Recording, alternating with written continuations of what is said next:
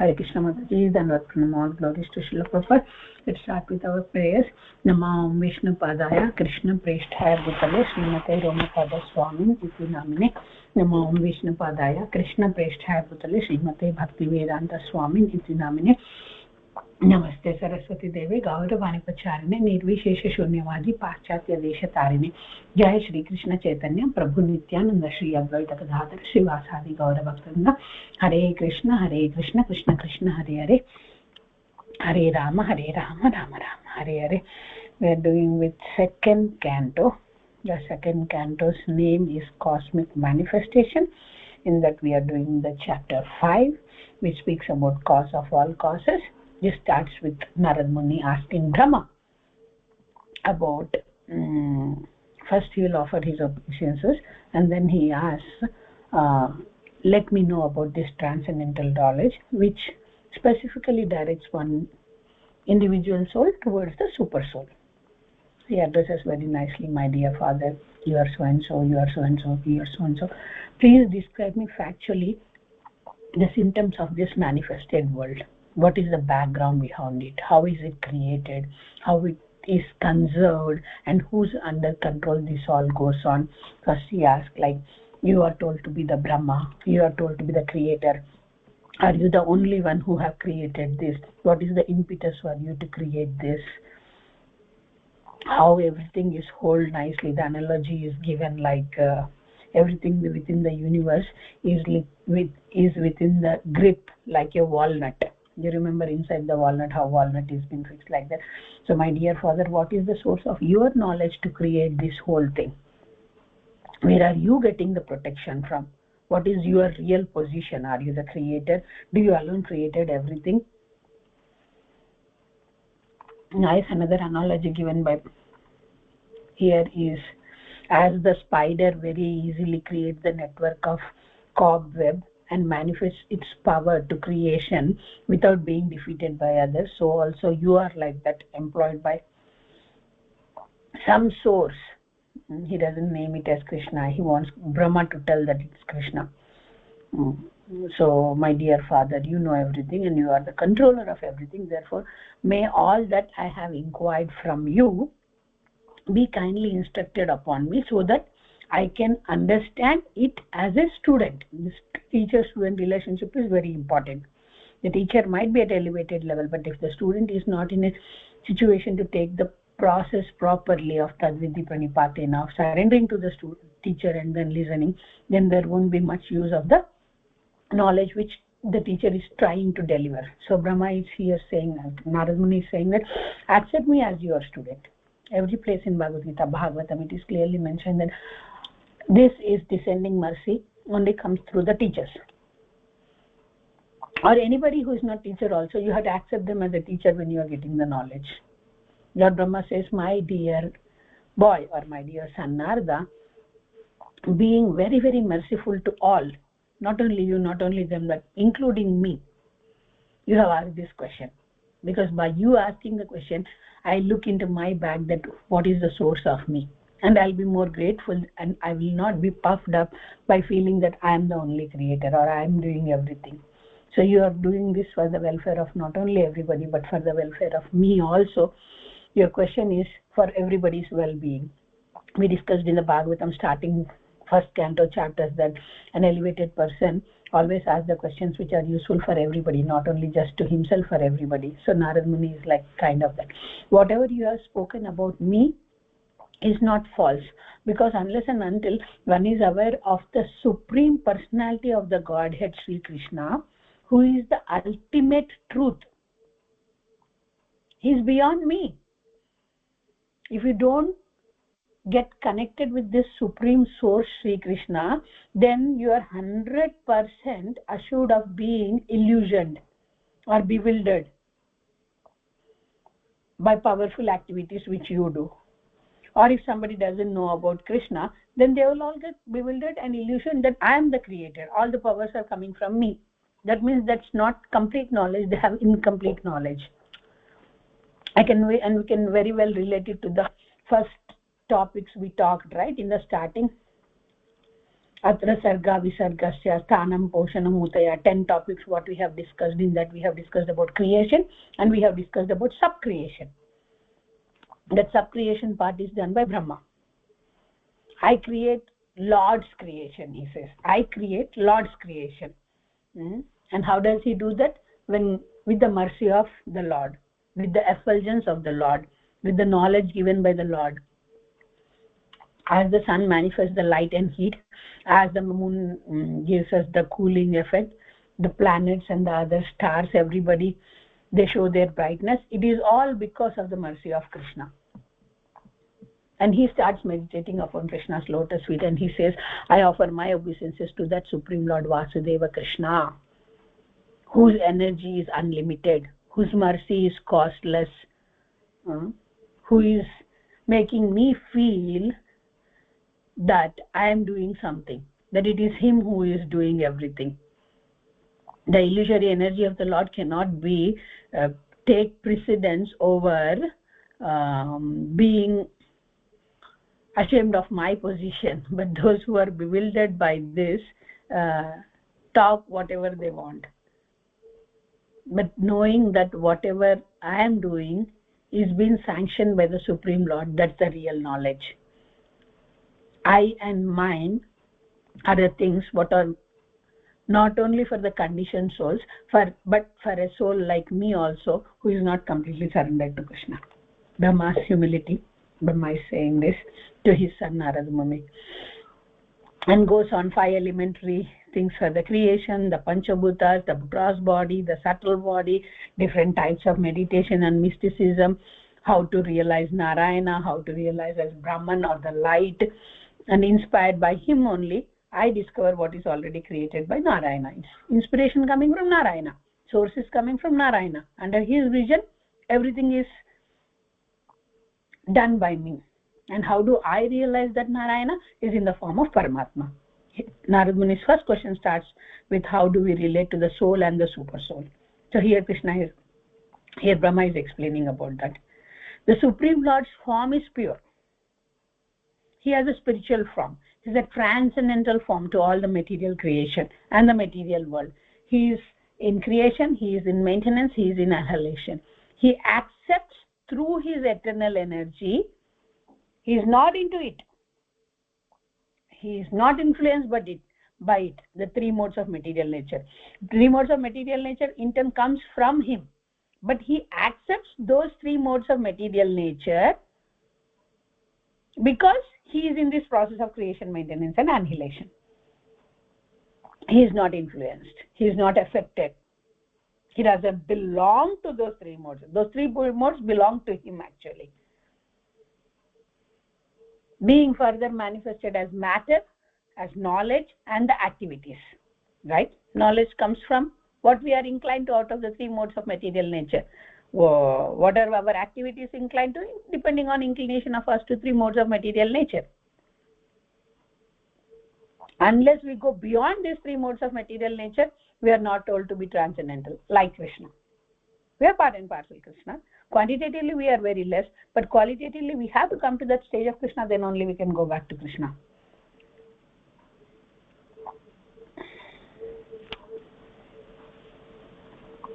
Narada Muni prays. No, Brahma tells to Narada Muni. Here, this is Narada Muni as Brahmana. Brahmana means one who sees Brahman in everybody.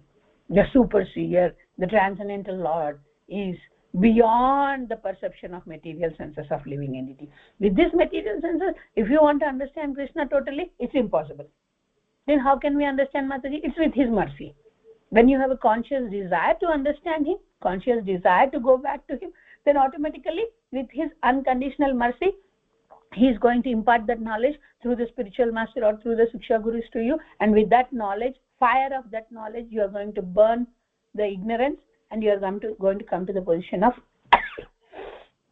praying him wholeheartedly. The Lord is the controller of all the energies. May it be material energy, may it be spiritual energy, may it be any kind of energy. If I am talking also, the energy is given by Krishna. If you are listening also, the energy is given by Krishna. With his own potency, he creates everything. The nature, the time, the so-called fate, everything. And he is so much detached. Supreme Personality is called as Bhagavan. Bhagavan means one who possesses the six opulences. Bhaga means opulences. One means one who possesses. Vyasadev's father Parashara Muni has given the definition of this Bhagavan word. And Supreme Personality of the Bhagavan, the one of the opulence is renounced. He's a renunciate. He doesn't have attachment. So he's the one who creates. He's the one who takes care of everything, and at the time of annihilation he takes away everything. Renunciation. When he is driving the chariot of Arjuna also, he is not attached to his position of being either Supreme Personality of the Godhead or Yadava's loved, beloved person. He took a job of a Shudra, Sutaputra. Karna is called Sutaputra because that's a very lowly job. And Arjuna took up that, Krishna took up that role of driving the chariot for Arjuna. After the incarnation of first Purushas, first incarnation is Chatur, 4 in coming out from Krishna, 4 incarnations. Out of them, the first incarnation is Karanodakashayi Vishnu. You can note it down. Karanodakashayi Vishnu. So the Mahat Tattva, word Mahat Tattva, or you can understand as the principles of material creation, first takes place, and then the time is manifested, and in the course of the time the 3 qualities appear. The 3 qualities means nature, Prakriti means 3 qualities, and those 3 qualities transform into different activities depending on what the jivas select. If you relate it to Bhagavad Gita, in Bhagavad Gita Krishna says you are not the doer, this is not the doer, this is not the doer. Then who are the doer? The 3 modes of material nature are the doers. Material activities are caused by the Mahat Tattvas being agitated. Mahat Tattva means what? Just now I spoke that the principles of material creation. When get agitated, then these all material activities will come into being. At first, there is a transformation of mode of goodness and passion. Then later, due to the mode of ignorance, the matter, its knowledge, and different activity of that knowledge come into play. Creation, and then maintenance, and then annihilation. Mode of goodness, mode of passion, and mode of ignorance. Our inclination towards any of these things go on step by step. Our knowledge, our thought process, and our activities. The self-centered, so-called materialistic ego will be transforming itself into 3 features. That 3 features which get attracted to the nature, they attracted to goodness, passion, and ignorance. So what is getting attracted towards these 3 modes of material nature is not the jiva, is the consciousness of the jiva, which is self-centered. Self in the sense, not the self of Atma. Real self is Atma. Then that will be self-realization. This is ego. Self-ego. The self-centered materialistic ego being transformed into the 3 features becomes known as the modes of goodness, passion, and ignorance into 3 divisions. Confusing. So we have something called ego, right? We call ego. The real ego is the ego that we are part and parcel of Krishna and we have an eternal relationship with Krishna. What is the false ego? The false ego is I am not the soul, I am the body, I am the only enjoyer, I can enjoy everything independently from the supreme source. This is the materialistic ego. When this self-centered materialistic ego gets transformed into that which is getting attracted to these 3 modes of material nature, that becomes our activities, which is going to be our karma. if we are not attracted to any of the three modes of material nature and do our actions only for Krishna, keeping Krishna in the center, then it will not be self-centered but self-realized activity, wherein we know our eternal nature to be the subservient and the servant of Krishna and the servant of Krishna's devotees. Then our activities will not have any tinge of any of the modes of material nature, because we are not doing it for ourselves, we are doing it for someone and with the real knowledge of self. So there is something called real ego, there is something called false ego, materialistic ego and the real ego. With the materialistic ego, with the self-centered mind, we are going towards the three modes of material nature. But what to do? This is the material creation. We will get attracted. We will be in the three modes of material nature. Sometimes it is mixed, sometimes it's goodness, sometimes it is passion, sometimes it's totally ignorance also. But how the sadhakas should relate to that is, we have to keep Krishna in the center for all of our activities. We have to practice keeping Krishna and Krishna's instructions in the center, so that the reactions won't come up. From the darkness of this false ego, the first 5 elements, now you understand, Mataji. First was, what was there? Principal matter, Mahat Tattva was there, and then the time was created, right? And then the three modes of material nature were created. Because of our self-centered egoistic mentality, we get attracted towards the three modes of material nature. Now this is a false ego. Okay, from this darkness of false ego, first 5 elements will get generated, namely the sky. Sky is the subtle form of the sound. Sky is the subtle form, exactly as a seer in relationship with the seen. Object is there, seer is there, the relationship is there. Sky is vast. The first 5 elements, the sky. Because the sky is transformed, the air is generated. How everything is created, I am trying to explain through Bhagavatam. First the sky is the sound transformation, and then the air is generated with the quality of touch. And the previous succession, the air is also full of sound. Air, ether, sky, sound. And basic principles of duration of life, sense perception, mental power, bodily strength, everything comes from there. When the air is transformed in the course of time, I mean nature's course of time, at the same time fire is also generated, taking shape with the touch and sound. Since fire is also transformed, there is a manifestation of water also, full of juice and taste. As previously it also has the form of touch, and it also has the form of sound, and water being transformed from all the places, earth also appears. When this water falls on the earth, the odors or the fragrance or the smell comes. Qualitatively full of juice, touch, sound, form, everything is there. The sense organs which perceive the sensory perception, those are explained here. How we hear, how we smell, how we see, how we touch of the skin, everything is been explained here. In the creation, how it comes from the Mahat Tattva, the basic principle of material creation. From the mode of goodness, the mind is generated. From the mode of goodness, the mind is generated.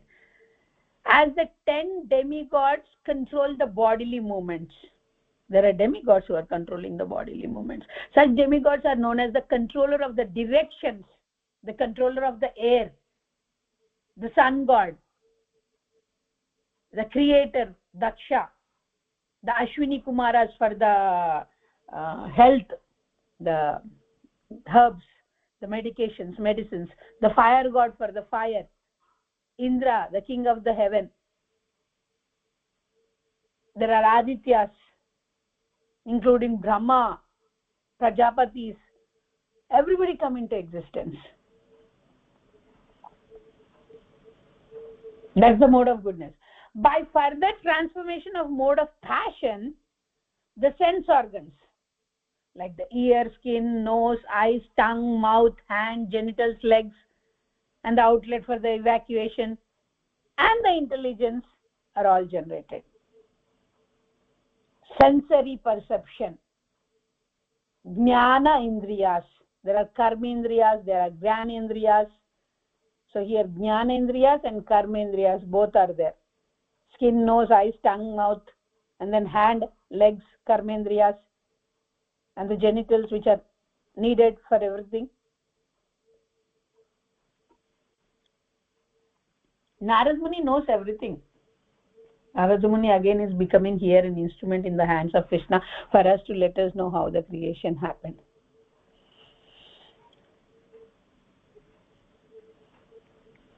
The forms of the body cannot take place as long as the elements, the senses, the mind, and the modes of nature are not assembled. When these all are assembled together, then the body parts are the external parts. Ear they have kept for sound. They could have kept mouth also for ear. But after creation of all the sensory perception, sense organs are assigned for those sense perception. Krishna is known as Angani yasya sakalendriyavrittimantim pashyanti panti kalayanti chiram jagantim ananda chinmaya sadujjvala vigrahasya govindamadi purusham tamaham bhajami. Angani yasya means his all bodily organs can do any of the activity with any of the organs. Krishna can eat with his eyes, Krishna can hear with his nose, Krishna can talk with his ears, Krishna can see with his mouth. Angani yasya sakalendra. His bodily organs need not do the activity same as us. He can just do everything with his eyes also. He is the creator. Here we are explaining about all the sensory perception first created, and accordingly those sensory perceptions getting assigned to those sensory organs. Thus all these become assembled by the force of energy of the Supreme Personality of the Godhead, and this universe certainly comes into being, accepting both the causes, the primary cause and the secondary cause of creation. The primary cause is we wanted to have independently our life without Krishna. Secondary creation reason is Brahma wanted to have a service. Brahma wanted to get engaged in some service. Both creations happen, the primary and the secondary creation. The cause and the effect, everything comes from the forces of the Supreme Personality of the Godhead. Thus all the universes remain thousands of aeons within the water. Karanodakashayi Vishnu existed in only water ocean, the causal ocean. So many universes first did not get their life, they were just in the water. Then the Lord with his merciful nature entered into these universes. Then they got fully animated. Supreme Lord Vishnu, although lying in the causal ocean in his Karanodakashayi form, came out of it and dividing himself as, it's called Hiranyagarbha. Hiranyagarbha. He entered into each and every universe and assumed the Virata Rupa. This is not Paramatma. This is entering into the universes from the causal ocean to give the sustenance to those universes. Without him, who can be the controller? So in each and every portion, the Supreme Lord, Krishna, Lord Vishnu, is extending himself from Karanodakashayi Vishnu to now Hiranyagarbha. Garbhodakashayi Vishnu, it's also called as. Garbha Udakashayi Vishnu. He is impregnating the universes. He is giving the life to the universes. He enters into each and every universe. How does he enter? As in the form of Virata Rupa, with the thousands of arms, thousands of legs, thousands of mouths, and thousands of heads. Each and every universe has that one Virata Rupa Vishnu. Great philosophers imagine that the complete planetary system in the universe are the displays of the different upper and lower limbs of the universal body of the Lord. He is that universe gets its existence, gets its sustenance, gets its form, gets its identity through the Virata Rupa, In that Virata Rupa, the upper body and the lower body limbs together contribute towards the planetary systems inside that universe. Deep. First universe creation, extension of Karanodakashayi Vishnu to Garbhodakashayi Vishnu or Hiranyagarbha. After coming into the universe, how does he come? He come in the form of the Virata Rupa. In the Virata Rupa, upper and the lower body parts are comprising of the planetary systems in the universes. And how about the other organs, Mataji? Hands you are saying, legs you are saying. Brahmanas represent his mouth. Kshatriyas represent his arms. Vaishyas represent his thighs. Shudras are born out of the legs. The lower planetary system up to the limit of the earthly stratum are all said to be situated in his legs. The middle planetary system beginning from Bhuvarloka, there are 9 planetary system up and down. Beginning from the Bhuvarloka, 14. 7 down, 6 down, 7 and 7 higher, 14 planetary systems. Padnalgu Bhuvana Bhandavamulu antam kada are situated in his. So Bhuvarloka till Bhuvarloka situated till his navel. When you go through the purports of these verses, you will understand. And still higher planetary system, that place is occupied by the Devatas or the demigods. Very highly cultured sages and saints also go to that higher planetary system. And that is situated in the chest of the Supreme Lord. Legs, hands, chest, thighs, mouth, arms, everything is described. Because we said that he enters into these universes as a Virata form. From the forefront of the chest up to the neck, the universal form Lord are situated in the planetary system called Janaloka, Tapaloka. Whereas the topmost Satyaloka planetary system is situated on the head of the Supreme Lord. You have to imagine Virata Rupa form of Lord and each and every limb of the organ of the Supreme Lord. Satyaloka is on the topmost. Brahmaloka, it's also called as the topmost planetary system, is situated on the head of this Virata Rupa form. All the other spiritual planets are always eternal, anyhow they exist. Very nicely Narad Muni is explained, Brahma is explaining to Narad Muni, know from me that there are 7 lower planetary systems. Out of the 14, 7 are downstairs. The first planetary system known as Atala is situated on the waist. The second planetary system Vitala is situated in the thigh. The third planetary system Atala, Vitala, Sutala. Sutala is on the knees. Fourth one is Talatala, is on the shanks. The fifth one, Mahatala, is on the ankles. The sixth one is Rasatala, it's on the upper portion of the feet. And the seventh one, Patala, is on the soles of the feet. This is all lower body. Thus the Virata form of the Lord is full of planetary systems. Many might divide the whole planetary system into 3 divisions, namely lower planetary system on till the legs, and then the middle planetary system till the navel, and the upper planetary system till the Swargaloka, from the chest to the head of the Supreme Personality of the Godhead. This is detailed explanation of how Supreme Lord enters as Virata forma into the universes, from the Karanodakashayi Vishnu to the Garbhodakashayi Vishnu or the Hiranyagarbha, and how his all bodily limbs and elements manifest into different planetary systems, either 14 planetary system or 3 loka, they also call, lower, marginal and higher. This is the how Krishna is the reason, or Vishnu. The Lord Vishnu comes from Krishna, so Lord Vishnu is the reason for causes. This is all cause of the all causes. Mahatattva, principal element, then time manifestation, and then the 3 modes of material nature, and all the universes in the Karanodakashayi Vishnu lying in the form of dormant stage, and then the Karanodakashayi Vishnu getting into each and every universe as Virata forma. Amazing. Now let's go to the next chapter, Mataji, chapter 6. Purusha Shukta confirmed. Now more details about this universal form will be given, more and more details.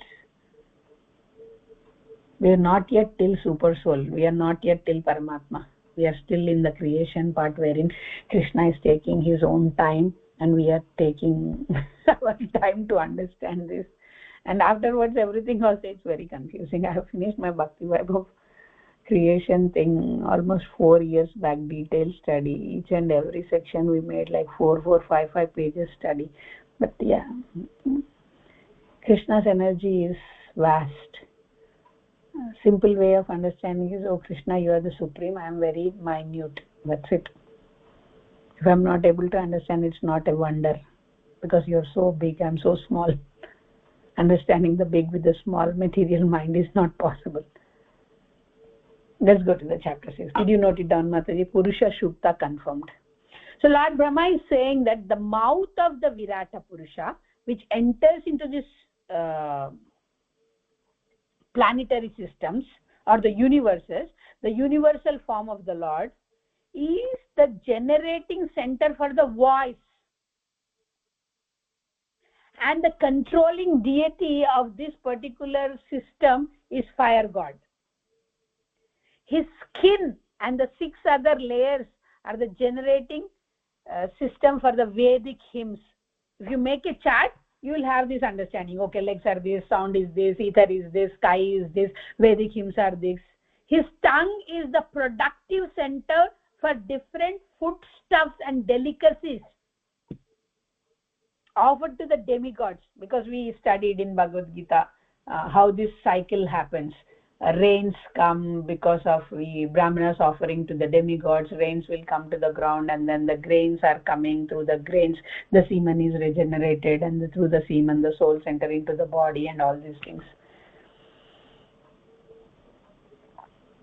Delicacies for the offerings to the demigods come from the tongue of the Virata Rupa. His 2 nostrils are there. They are the generating centers for the breathing. Krishna breathes in, all the universes go inside him. Krishna breathes out, all the universes come from his nose. His smelling power generates the Ashwini Kumara demigods, all the kinds of medicinal herbs, and his breathing energy provide different kinds of fragrances. So nose or the breathing sense of the Lord is related here to the air or the fragrance or the odors, the smelling power. And Ashwini Kumaras get their energy, the demigods, for all medicinal herbs to be generated. His eyes are the generating centers of all kinds of forms, and they glitter and illuminate. His eyeballs are like the sun. And heavenly planets are also compared to Krishna's eyeballs. His ears hear from all sides. What do they hear? They are called the receptacle of Vedas. And his sense of hearing is the generating center for the sky and all other sounds. We discussed that the sky is for sound, ether is for sound. So his sense of hearing, Krishna's sense of hearing from the Virata form of manifestation, is the center of the sky and all the kinds of sounds. His bodily surface is breeding ground for active principles of everything, for all kinds of opportunities, auspicious opportunities.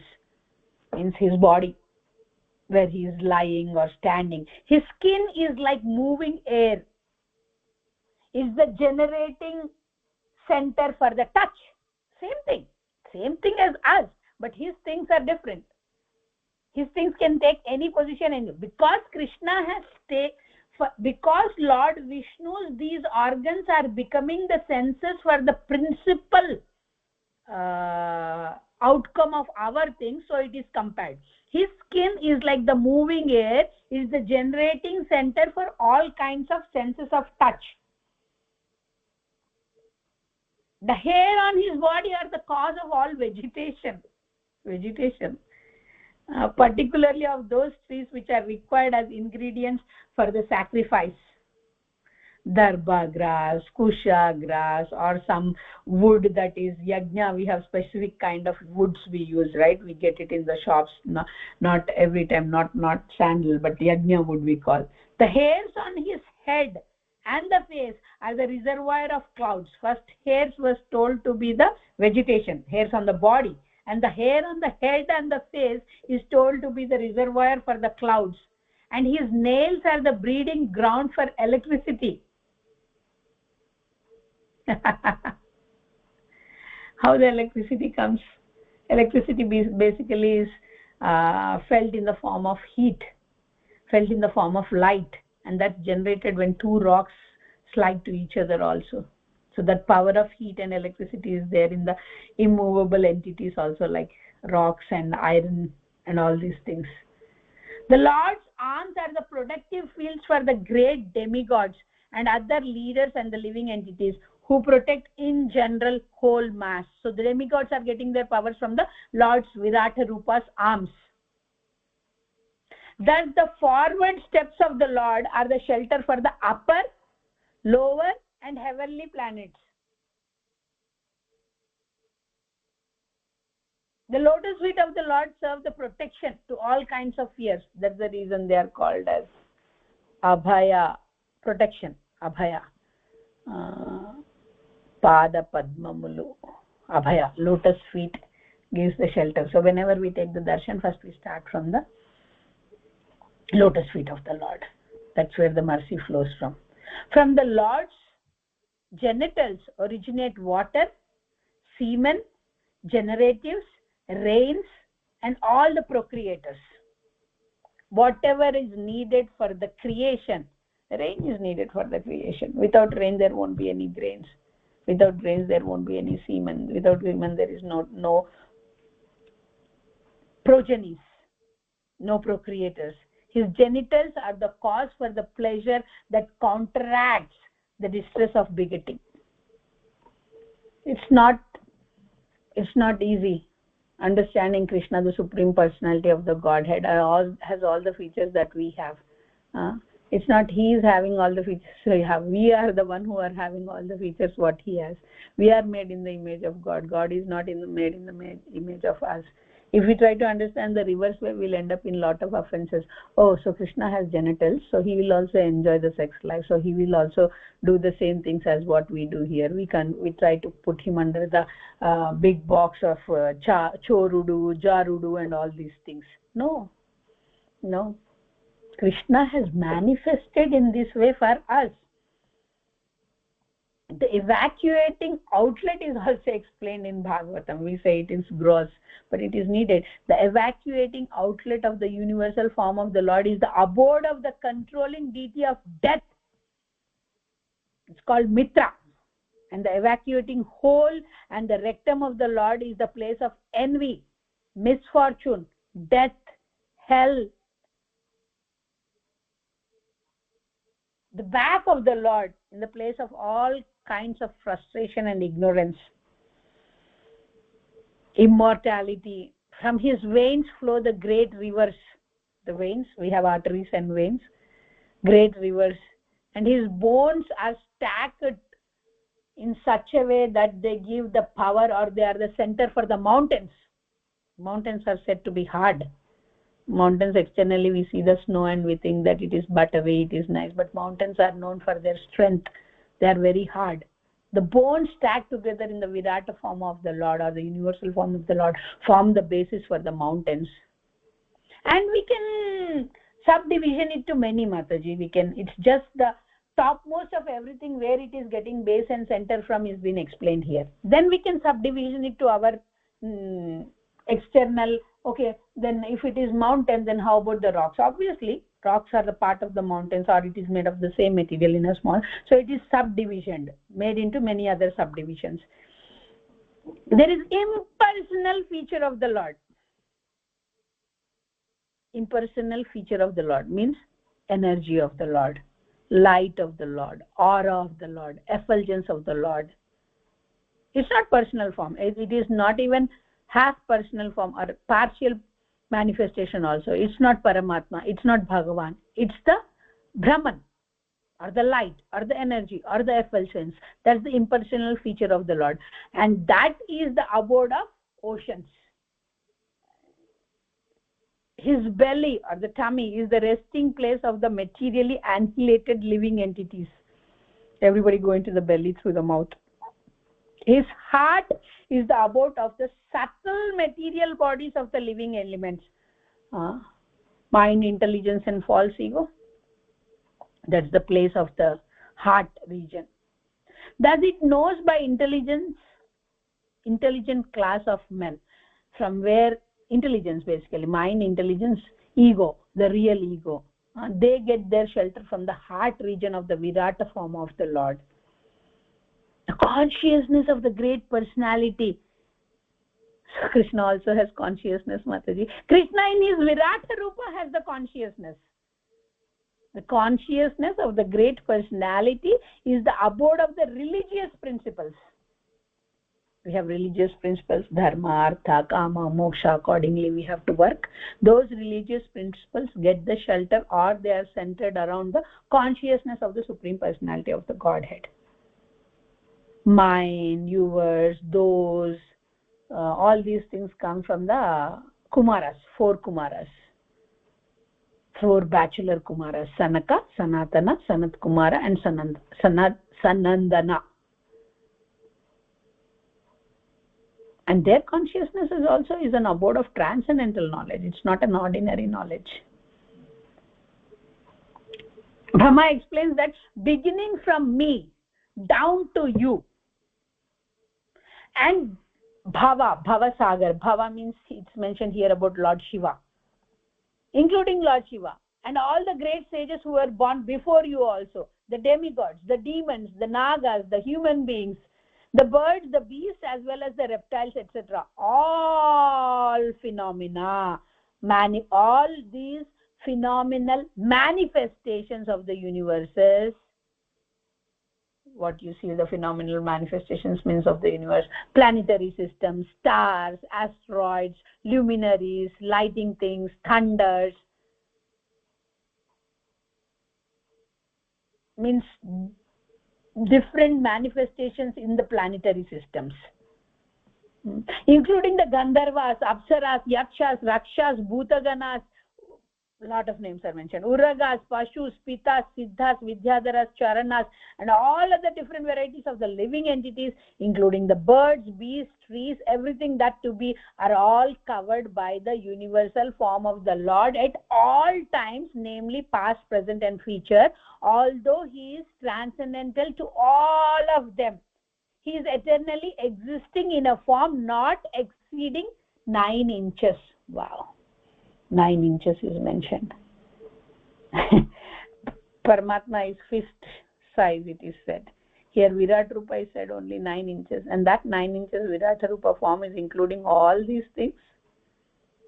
The universal form of the Lord at all times, eternally existing in the form not exceeding 9 inches.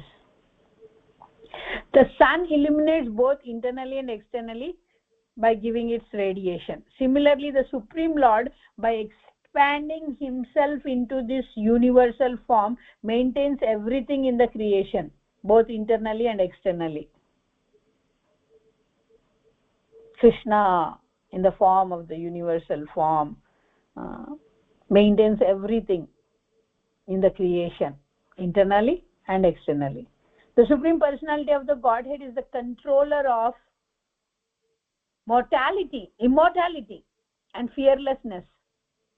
When he goes to Hiranyakashipa and all these demonic mentality people go to Brahma and ask, to Shiva and ask immortality, what they both respond is, we ourselves are not immortal, how can we give this boon of immortality to you?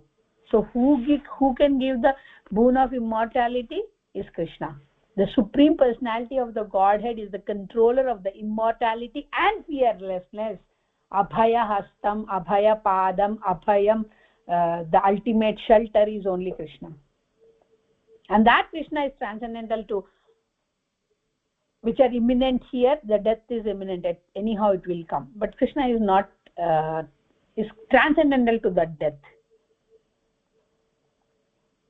It is very difficult to measure the glories of the Supreme Personality of the Godhead. Very difficult. What can we explain? If we are breathing, it's because of Krishna. If I am scratching here, something happened to my hand, it's because of Krishna. He is the reservoir of all the material opulences. By 1/4 of his energy in which all the living entities can exist. Think about remaining 3/4. How magnanimous he would be. Just 1/4 of his. He is unlimited, but just to compare relative term, it is said that 1/4 of his energy, all the living entities can exist. Deathlessness, fearlessness, freedom from the anxieties of old age, disease exist. Where? Only in the kingdom of the God, which is beyond the 3 higher planetary system and beyond the material coverings and everything. That is called Goloka Vrindavan. The spiritual world consists of the 3/4 of Lord energy, Mataji. What we are here is only 1/4. Remaining all are intelligent. Remaining 70% are there, which is beyond the understanding of this material conception. And this is especially meant for the people who will be never born again or never come to existence in this material world again, who are attached to the family life, who do not have strictly followed the celibacy vows, who might be having attachments like I and mine. They go till there in the Viraja river, that's the border, they will be kicked back to the material world. Today only I was explaining your daughters. One who remembers me alone at the time of death, they can come back to me. Yes, if you have Krishna also with all other things, maybe you will go till there and then you will come back again because you want other things also.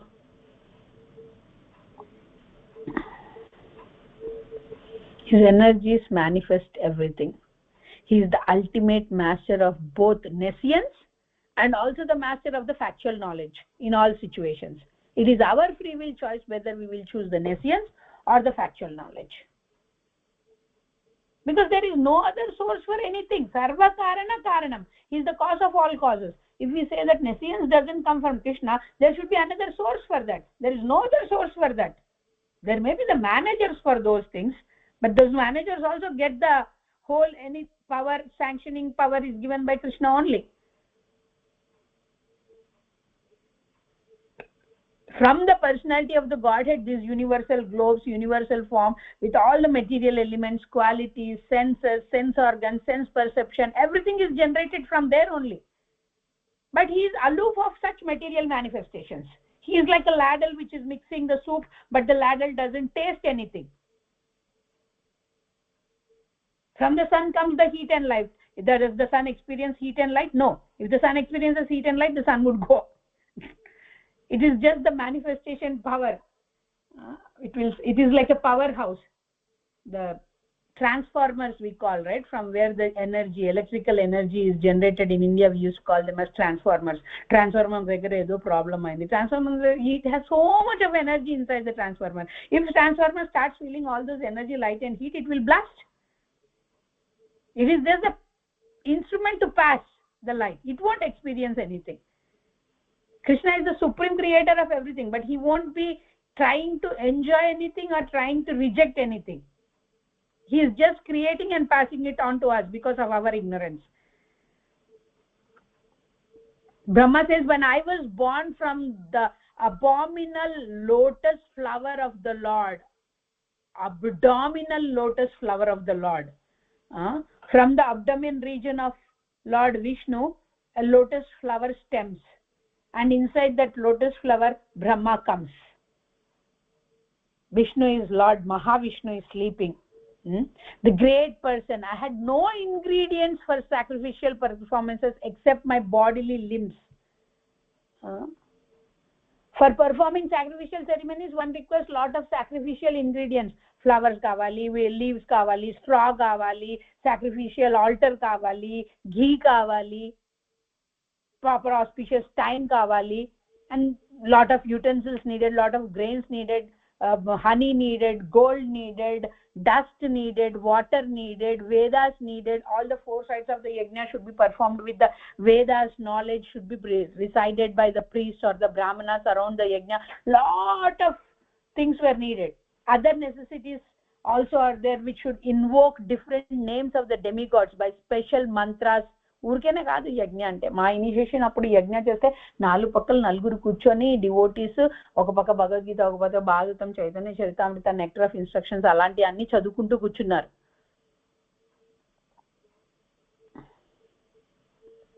So Brahma had to arrange, thus I had to arrange all the necessary ingredients and paraphernalia of the sacrifice from the personality, body parts of the personality of the Godhead. I did not have any other source. I have to request Lord Vishnu for giving me those through his body only. By invoking the demigods' names, the ultimate goal Vishnu was gradually attained, and thus compensation and ultimation offering were complete. How Brahma performed his austerities, that is been explained. Thus I created the ingredients and the paraphernalia for offering the sacrifices out of the parts of the body of the Supreme Personality of the Godhead. ఇవన్నీ కృష్ణ దగ్గర నుంచి వచ్చాయి అని చెప్తున్నాడు బ్రహ్మ. నేను నా అంతలు నేను ఏం క్రియేట్ చేయలేదు, నాకు అంత ఎనర్జీ లేదు. నేను రిక్వెస్ట్ చేశాను, యజ్ఞాలు చేయాలి కదా, మరి యజ్ఞాలు చేయాలంటే ఇవన్నీ కావాలి కదా అంటే అవన్నీ దట్ బాడీలోంచే తీసుకున్నాను నేను. And I perform the sacrifice, first sacrifice to lord Vishnu. My son, thereafter your 9 brothers, who are the masters of the living creatures, performed sacrifices with proper rituals to satisfy both manifested and non-manifested personalities. So these are the creators. Narad Muni was not interested in created. He is Brahmaputra, but he didn't want to be entertained or go into this field of creation. He did not accept. He always remained as a servant of Krishna. He always became an instrument in everybody's relation getting strengthened with Krishna. We treat Narad Muni as Agipulla or fighting person, puts the in a wrong understanding. With half knowledge we think like that, but Narad Muni does whatever Krishna wants him to do, or whatever Krishna wants. Krishna don't even tell to Narad Muni, he understands. So this Manu means creators. So thereafter the Manus, the father of the mankind, and then the great sages and the forefathers, the learned scholars, the daityas of the mankind performed all these sacrifices meant for pleasing the Lord Vishnu. When everybody was trying to please Indra, Krishna as a little boy said, why are you worshipping Indra? He is not the ultimate beneficiary. He is not the Supreme Lord. Or if we don't do the sacrifice, Indra might be angry. The one who is getting angry, he cannot be your beneficiary, or he is not the one who is taking care of you. If I don't give you something, my father will say he is not giving me something proper appreciation, so I will not feed him. Will he say like that? No, he will not say that like that. Supreme Father is unconditional. He gives his costless mercy. So you need not worship Indra. Let's worship Govardhan. Govardhan is the one who is giving everything to us. This mountain is everything. Who was Govardhan? It's Krishna himself. He is the Govardhana. He is the Govardhana Giridhari also. When he is taking all the foods, he assumes the shape, the mountain as Krishna's nose, eyes, peacock feather, everything could be seen by the Vrindavan Vasis. Everything, powerful material energy of the Lord. By his will, Lord Shiva Lord Shiva destroys. Where he is getting his power of annihilation. He is the powerful controller of these 3 energies: creation, maintenance, and annihilation. Everything power comes from him. Now Narad Muni is saying to, Brahmaji is saying to Narad Muni, my dear son, whatever you inquired from me, I have thus explained unto you, and you must know for certain that whatever there is dependent on the Supreme Personality of the Godhead.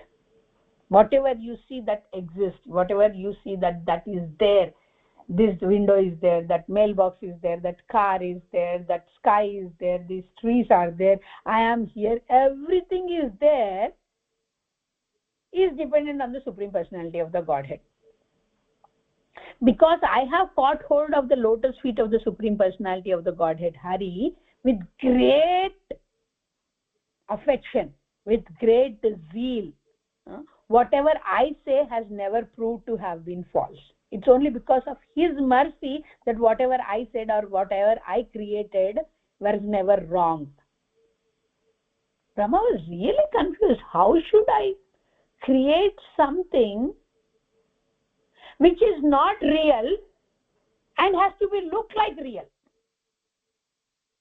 This is a big confusion for me. It is not real, you are saying. At the same time, it should look as if it is real. Brahma's senses never get deviated or degraded in any of the attachment of creation. If you would have got attached, it would have been got very difficult. Brahma, Vishnu, Shiva, they are not attached to their things. Although I am known as the great Brahma, perfect in the disciplic succession of all these Vedic wisdoms, although I have undergone lot of austerities or tapaha in the mystic powers of self-realization, although I am recognized by great forefathers of the living entity who offer me with great respects to me, still I cannot understand Krishna, the Lord Hari, the very source of my birth. Everybody thinks I'm so and so, so and so, so and so, so and so, so and so. Till now, so there is no problem if we don't understand creation of Krishna. Only we have to see everything is creation of Krishna. In every creation we have to see Krishna and feel that he is the Supreme Personality of the Godhead. He is only the source and we are Anu and he is Vibhu.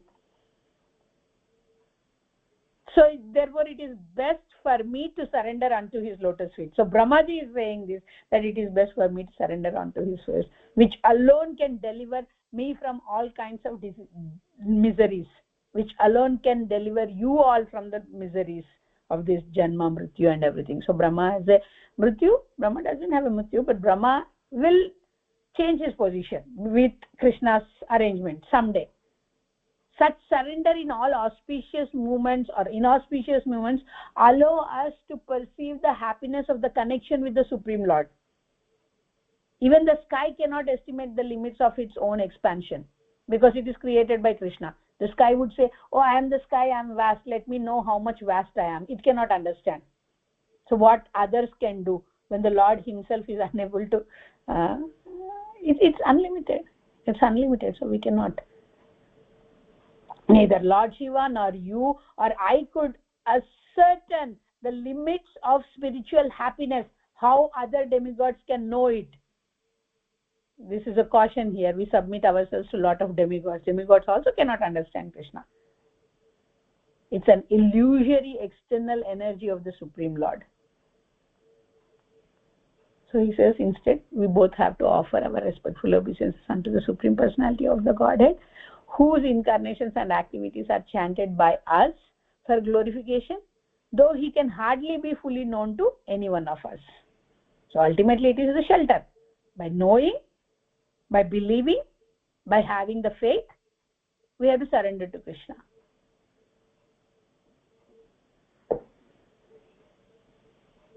Though it's a science, to understand that science, we need some qualification.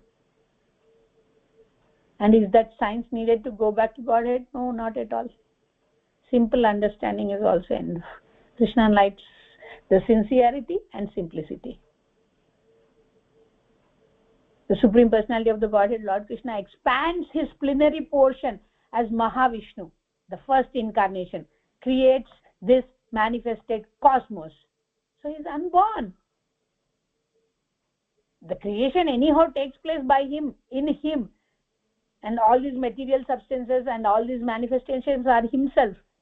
He maintains them for some time and absorbs them into himself again.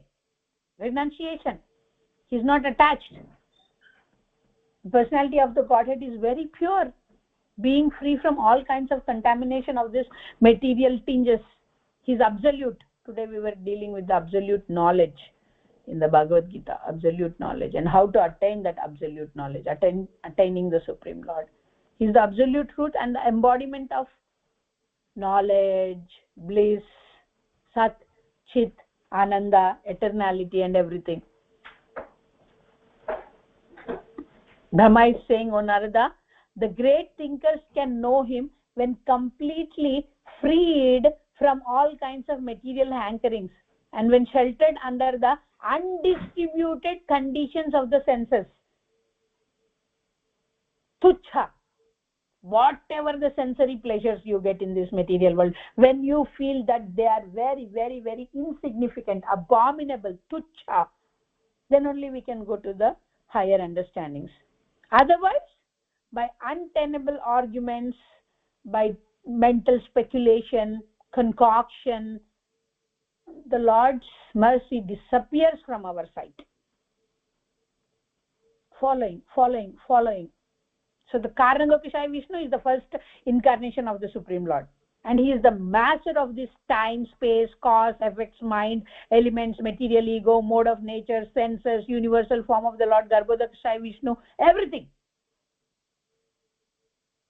All the sum total of moving, non-moving, everything is coming from that Karanodakashaya Vishnu. Brahma says, I myself, the Lord Brahma, the Lord Shiva, Lord Vishnu, everybody, including Prajapatis like Daksha, you yourself Narada, and your sons Kumaras, 4 Kumaras, your brothers, everybody, and the Chandra, the reader of lokas or planetary systems, the earthly planetary system, the Gandharvas planetary system, all the planetary systems, all the Charana Loka, Yaksha, Rakshasas, Yakshas, whatever you name it, we don't know how much vast it is. Anything and everything which has opulence gets its powers from Supreme Personality of the Godhead. May it be formed, may it be formless. I mean, it might have a form or it can be formless also. Yes, Harshil, just hold on. We are finishing up one class. Let others join and then I will speak on this. Let other Anaira and everybody join. I'm ending up this class. Stay there tuned. They are only a fragment of the transcendental potency of the Lord. In Bhagavad Gita, Krishna says that everything that you see is so magnanimous, so beautiful, so opulent, is just the spark of the splendor of the tip of the toenail of me. That is Krishna's unlimitedness. All the opulence what you see, all that which you see wondrous, is a spark of the splendor of the toenail of the tip of the Lord, tip of the lotus feet toenail of the Lord. Wow. Narada says, now I am going to tell you one after the another the transcendental incarnation of the Lord, and those incarnations are known as Leela avatars. So till now we just Karanodakashaya Vishnu, Krishna came in the form of Karanodakashaya Vishnu, and then the Garbhodakashaya Vishnu, that we understand. Now we are going to, Narada, Brahma is saying to Narada that I am going to explain you about the Leela avatars. Hearing about all these contracts as the from me, you will be pleased. Those all things I directly heard from Krishna about these avatars. So it's very, very, very sacredly treasured in my heart. So in the chapter 7, we will be speaking about the scheduled incarnations. And those incarnations have specific functions. Dabba.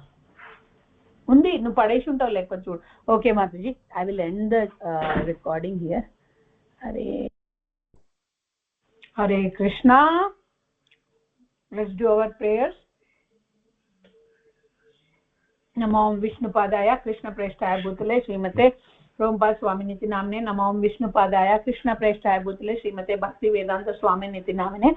Namaste Saraswati Deve Gauravani Pacharne Nirvishesha Shunyavadi Paschatya Desha Tarine. Jai Shri Krishna Chaitanya Prabhu Nityananda Shri Advaita Gadadhara Shri Vasadi Gaura Bhaktivinoda. Raise your hands and Hare Krishna Krishna Krishna Hare Hare Hare Rama Rama Rama Hare Hare. So we discussed about the two questions asked by the sages in the Naimisharanya, headed by the Shaunaka Rishi to the Suta Goswami. First question is, what is the ultimate good for the people? Answer is given in 1.2.6. The supreme occupational dharma for all humanity is that which men can attain the loving devotional service unto the Lord. The second question is mentioned in 1.1.11 and the answer is given in 1.2.7. What is the essence of the all scriptures? The essence of all the scriptures is by rendering on the devotional service unto the Supreme God, one can immediately acquire the causeless knowledge and detachment from the world. That's the essence of all the scriptures. How to get attached to Krishna, how to get detached from these materialistic things. Now the third question. Let's go to the third question. Okay, you can note it down. Anaira, you have to note it down so that you will know. It's not always that you should need to have Bhagavatam. Bhagavatam, I suggested your parents. I have to talk about it, and I can ship it out, or somebody can come and drop it at your place. The third question is asked by the sages, headed by Shaunaka Rishi to Suta Goswami, is mentioned in 1.1.2 12.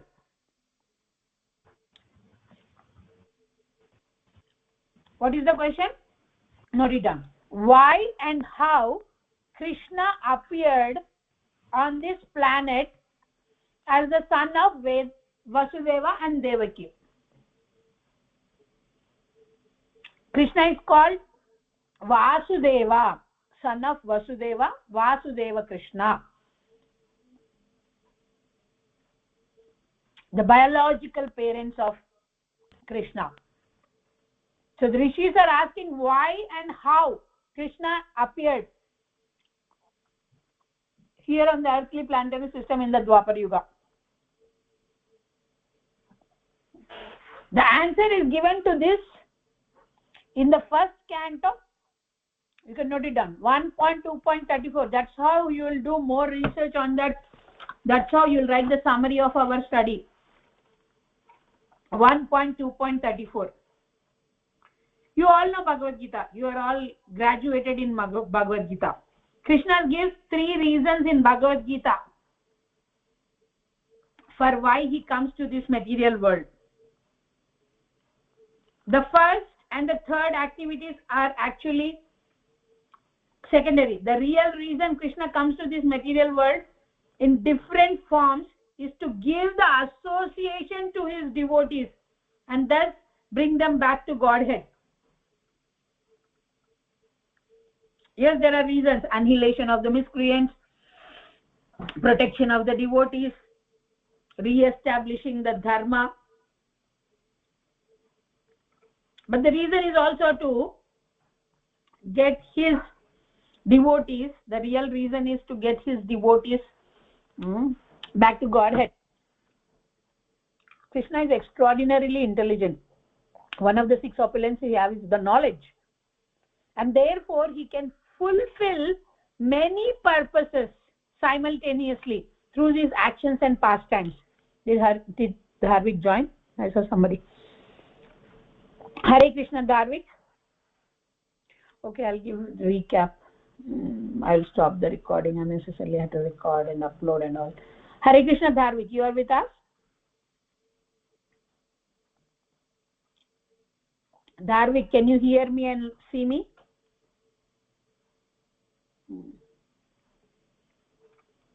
Something is going on wrong. He joined from 2 computers. Dharvik, can you see me? We can neither see you nor hear you.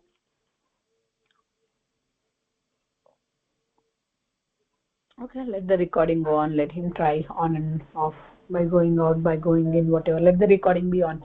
Okay.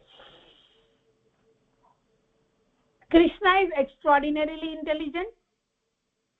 He can fulfill many purposes simultaneously through his actions and pastimes, for sure. 10th canto of Srimad Bhagavatam gives elaborate reasons and explanation. Dharvik, can you hear me? Yeah. Can you see me? Yes. Okay, let me stop the recording then.